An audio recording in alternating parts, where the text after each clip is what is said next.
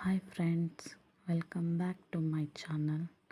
Today we are going to learn with another important psychological method, that is case study or ವ್ಯಕ್ತಿ ಅಧ್ಯಯನ.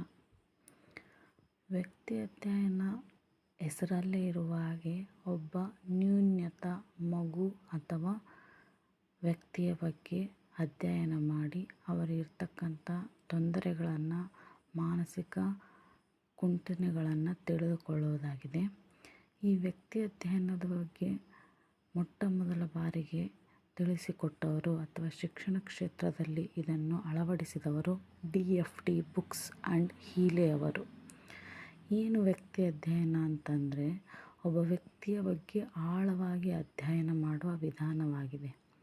ಈ ವಿಧಾನದಲ್ಲಿ ಎಂತಹರನ್ನು ಅಧ್ಯಯನ ಮಾಡ್ತಾರೆ ಅಂದರೆ, ಅಶಿಸ್ತಿನ ಮಗು, ಬಹಳಾಪರಾಧಿ, ಸಮಸ್ಯಾತ್ಮಕ ಮಗು ಹಾಗೂ ಶೈಕ್ಷಣಿಕವಾಗಿ ಹಿಂದುಳಿದ ಮಗು, ಈ ಎಲ್ಲ ಮಕ್ಕಳ ಬಗ್ಗೆ ಅವರಿಗೆ ಹಿಂದುಳಿಯಲು ಕಾರಣವಾದ ಅಂಶಗಳನ್ನು ಅಧ್ಯಯನ ಮಾಡಲು ಈ ವಿಧಾನವು ತುಂಬ ಪ್ರಮುಖವಾಗಿದೆ. ಇದೊಂದು ನೈದಾನಿಕ ವಿಧಾನವಾಗಿದೆ. ಸಮಸ್ಯೆಗೆ ಕಾರಣ ಕಂಡುಹಿಡಿದು ಪರಿಹಾರ ಕಂಡುಕೊಳ್ಳುವ ವಿಧಾನವಾಗಿದೆ.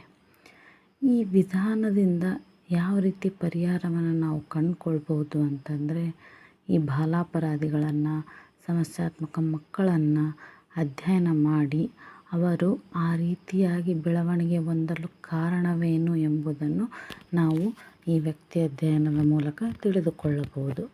ವ್ಯಕ್ತಿ ಅಧ್ಯಯನದಲ್ಲಿ ಆ ಮಗುವಿನ ಬಗ್ಗೆ ಅಥವಾ ನ್ಯೂನತೆ ಹೊಂದಿರತಕ್ಕಂಥ ವ್ಯಕ್ತಿಯ ಬಗ್ಗೆ ಮಾಹಿತಿ ಸಂಗ್ರಹಿಸೋರು ಯಾರು ಅಥವಾ ಮಾಹಿತಿ ಸಂಗ್ರಹಿಸುವ ಮೂಲಗಳು ಯಾವುವು ಅಂದರೆ, ಪೋಷಕರಾದರೂ ಆಗಿರ್ಬೋದು, ಶಿಕ್ಷಕರಾಗಿರ್ಬೋದು, ಸ್ನೇಹಿತರಾಗಿರ್ಬೋದು ಮತ್ತು ನೆರೆಹೊರೆಯವರಾಗಿರ್ಬೋದು.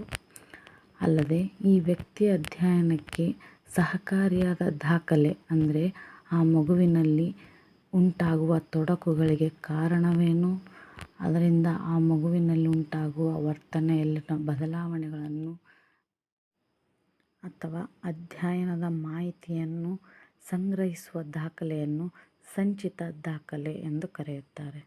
ಒಟ್ಟಾರೆ ಹೇಳೋದಾದರೆ, ಒಬ್ಬ ನ್ಯೂನತೆ ಹೊಂದಿರತಕ್ಕಂಥ ಮಗು ಅಥವಾ ವ್ಯಕ್ತಿಯ ಸಂಪೂರ್ಣ ಮಾಹಿತಿ, ಕಾರಣಗಳಾಗಿರ್ಬೋದು, ಅದರಿಂದ ಉಂಟಾಗುವ ವರ್ತನೆಯ ಬದಲಾವಣೆಗಳನ್ನಾಗಿರಬಹುದು, ಅದನ್ನು ಸಂಗ್ರಹಿಸಿರುವ ದಾಖಲೆಗೆ ಸಂಚಿತ ದಾಖಲೆ ಎನ್ನುತ್ತಾರೆ.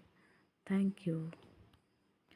ಇದೇ ರೀತಿ ಮತ್ತಷ್ಟು ಸೈಕಾಲಜಿ ವಿಡಿಯೋಸ್ಗಾಗಿ share and subscribe to my channel. All the best.